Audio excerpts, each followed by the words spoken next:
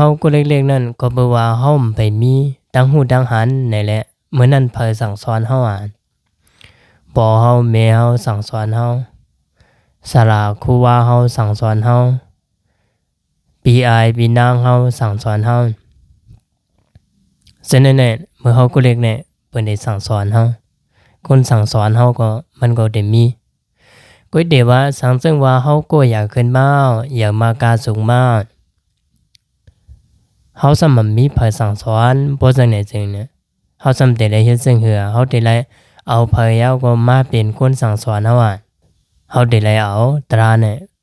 มาสั่งสอนกันใส่ตัวเจ้าเก่าก็บอกว่า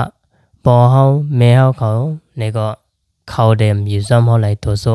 และเขาได้สั่งสอนบันเฮาหลายตัวโซสราครูว่าเฮาเนี่ยก็ได้สั่งสอนบันเฮาหลาย